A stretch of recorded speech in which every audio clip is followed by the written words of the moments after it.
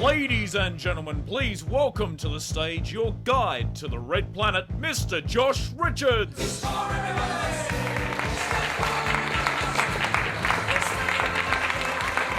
evening, ladies and gentlemen. My name is Josh Richards. For those of you that don't already know me, this evening we've got something a little bit different for you. It's a little bit of science, a little bit of comedy, it's even a little bit of theatre.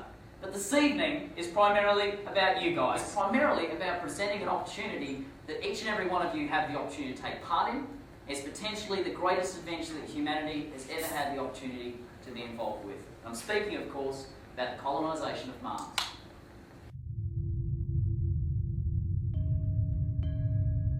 The moon was man's first outpost, a first footstep in space. From the moon, we were able to look back at Earth and see ourselves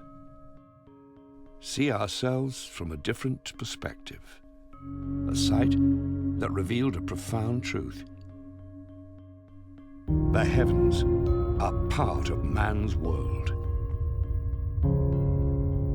From this moment forward, the curve of evolution was bent. The perilous voyage into space was a challenge we were willing to accept and unwilling to postpone. The future of our species was now as much in space as it was on Earth. 44 years later, we're approaching the dawn of a new era. One that is characterized not by rovers and probes, visits or short stays, but by permanence. Mars. From now on, we won't just be visiting planets, we'll be staying.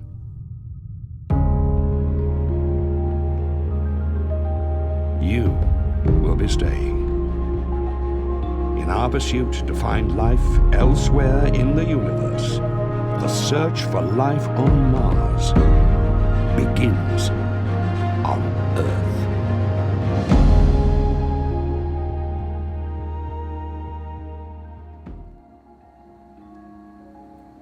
Because of my training as a physicist previously and my experience in the last few years as a stand-up comic, I was approached by Marsmine earlier in this year to be their Australian ambassador.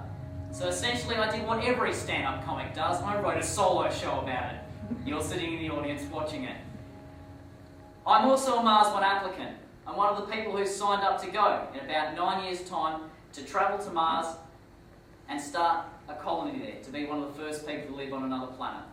And it's quite exciting. It's quite an exciting thing. For some of you that may have come in a little bit early at the start, you might have gotten a bit of an outline of the plan.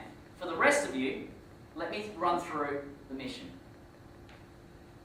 Mars One is currently looking for applicants. Applications actually close the end of this month, August 31st. So if you're interested in applying and joining me on a 4-person trip to Mars, pay particular attention from here on in. In 2016, they'll be sending a test mission. That is a modified Dragon X capsule that's been modified from what they use traditionally to resupply the International Space Station. In 2016, they'll be sending a test mission to basically see whether or not things work, make sure that everything fits together okay, they can land things successfully. Because 2 years later, they're going to be sending their first intelligent rover, and it'll start searching around for the ideal place that we can set up a colony on Mars. The rover is also going to have a trailer fitted to it, so it can move the capsules around to where they need to be on the surface. In 2022 and the years leading up to it, there'll be 4 more supply missions that will be sent forward. There'll also be a second rover sent. This one not quite so as intelligent, but it'll be helping the larger one hook everything together, making everything work and starting to roll out the solar panels that are on the side. In 2022, we'll be setting out 2 large inflatable habitats at the back. It's where the greenhouses are going to go. Everything by this stage will be set up and ready to go by 2022, because in September 2022, the first crew of 4 will be leaving Earth to head towards Mars. And they'll arrive in April 2023, the first human beings to set foot on another planet. And they're not going to be alone. They're going to be joined every 2 years afterwards by another team of 4. And the colony will continue to grow to about a population of 40. It's an amazing time that we live in, that people can actually sign up to go and live on another planet. And obviously people are drawing parallels to what we did 44 years ago when we first set foot on another body in our solar system.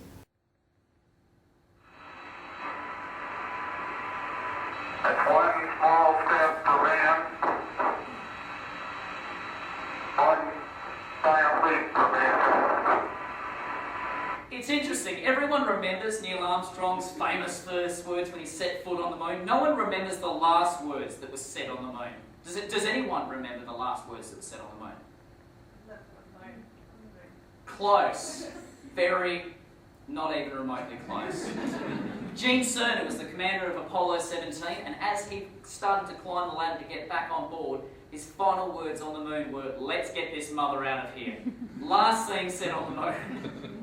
And as I said, it's quite inspiring, and the opportunity for anyone to apply is quite amazing as well. Here are some of the other applicants that have put their hands up to go to Mars. Mars has been a source of inspiration for explorers and scientists for years. I want to go to Mars because I believe that it is our future. It is where we will find a new home where we can continue to thrive as a species, and it is also a platform for further space exploration. I really think that this mission is furthering my, dream of one day being, a colonist on another world, because we are trying to colonize another world. I would like to help further my species and help colonize another planet. I want to serve humanity because, we have jeopardized the conditions on Earth. So we need to find humans a new home away from home, and that home would be Mars. And I want to go to Mars to make a home for my future, for family, for humanity itself. It is not only important to explore, but it's also very important for mankind to become an interplanetary species. I believe that Mars One's mission is the greatest opportunity that humanity has to take the next giant leap into becoming a multi-planetary species. And all of them are delusional idiots, ladies and gentlemen. Particularly that last guy, because that's me 6 months ago going, "Oh yeah, this sounds like a great idea. I want to go to Mars." Mars is going to suck massively. Just getting to Mars in the first place is going to be horrendous. Okay, I don't know if you're all well aware, but human beings tend to like to have things like an atmosphere or gravity. That's fairly grand as well.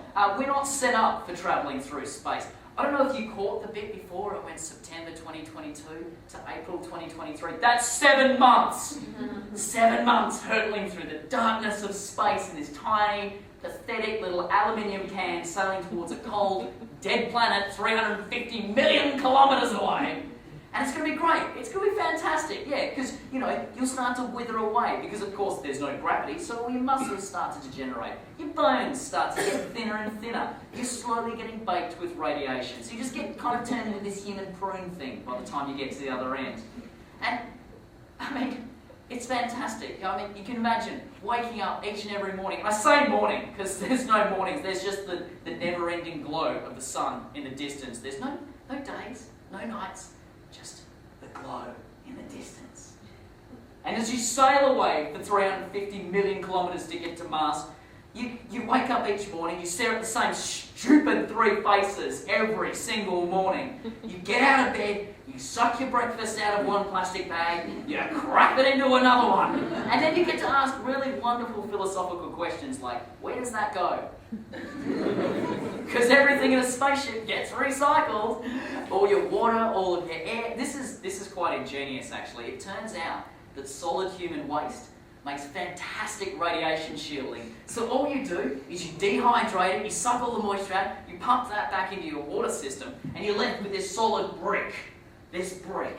And you then attach that to the hull on the outside to protect you from radiation. So you're going to be spending 6 to 7 months in a tiny aluminium tin can, sucking your breakfast out of a plastic bag, staring at the same stupid 3 faces in a spaceship covered in shit.